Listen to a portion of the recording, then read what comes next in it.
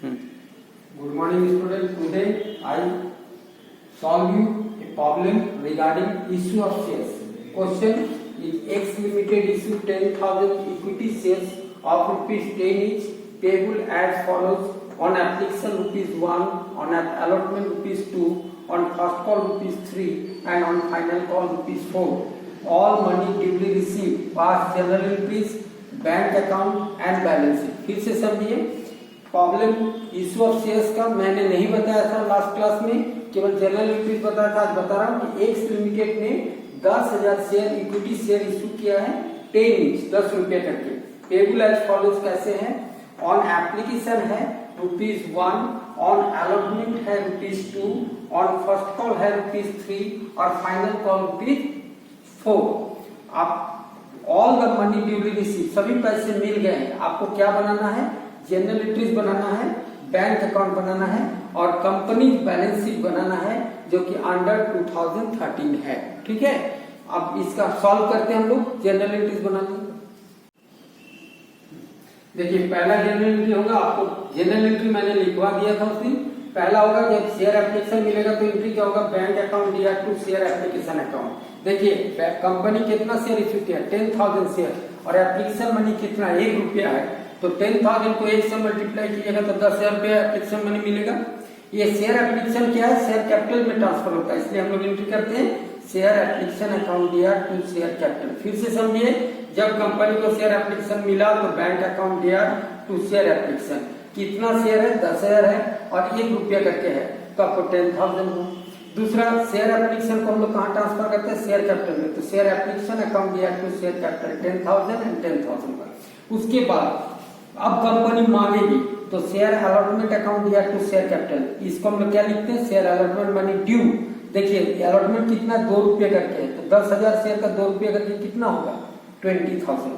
और मिल गया पैसा तो बैंक अकाउंट दिया टू शेयर अलॉटमेंट अकाउंट। कितना पैसा मिलेगा? 10,000 इंटू 2 20,000 एंड 20,000। ठीक है, फिर क्या होगा? शेयर फर्स्ट कॉल अकाउंट दिया to share capital. First call company मांगेगा कितना करके? फर्स्ट कॉल 3 रुपया करके। तो 10,000 शेयर का 3 रुपया करके कितना होगा? 30,000। कंपनी मांगा, फिर कंपनी को मिला तो बैंक अकाउंट दिया to share final call first call 30,000 होगा। फिर से समझिए, कंपनी शेयर फर्स्ट कॉल मांगेगी तो क्या होगा? शेयर फर्स्ट कॉल अकाउंट दिया to share capital account 10,000 into 3 that is 30,000। क्या नरेशन क्या होगा? Being first call money due. उसके बाद पैसा मिल गया तो बैंक अकाउंट दिया to share first call account 30,000 being first call money received. उसी तरह शेयर फाइनल कॉल का कंपनी मांगेगी पैसा, शेयर फाइनल कॉल अकाउंट दिया to share capital account. 10,000 share है, 4 रुपीज करके है तो 40,000 हुआ। और जब कंपनी का ड्यू रहा, फिर से समझिए first final call money due का एंट्री क्या होगा? शेयर फाइनल कॉल अकाउंट दिया टू शेयर कैपिटल अकाउंट। और नेक्स्ट होगा बैंक अकाउंट दिया to share final call account 40,000। ठीक है, आपको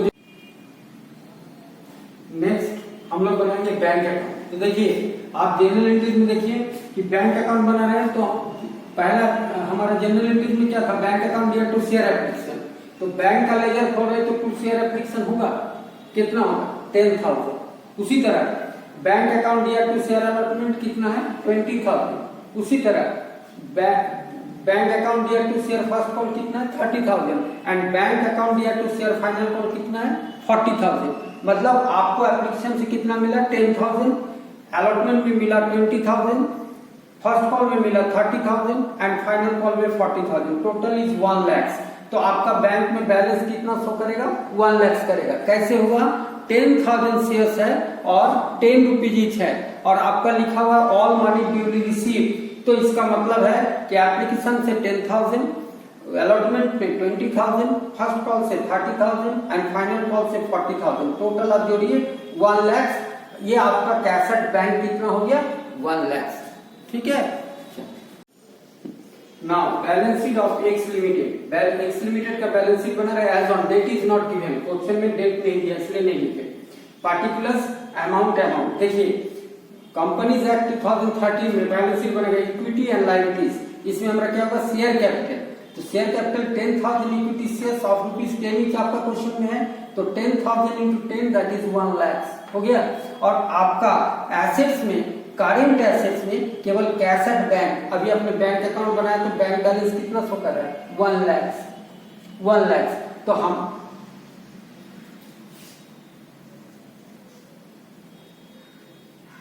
1 लाख आपका हो रहा है कैसे, 10,000 शेयर्स है और 10 रुपये करके और पूरे पैसे मिल गए हैं, तो 10,000 इंटू 10 दैट इज 1 लाख। तो आपका इक्विटी एंड लायबिलिटीज में शेयर कैपिटल कितना हुआ 1 लाख हुआ और कैश एट बैंक कितना हुआ 1 लाख हुआ। इसलिए बैलेंस शीट आपका दोनों साइड का मिल गया 1 lakh 1 lakh. Okay, next problem बताऊंगा फिर।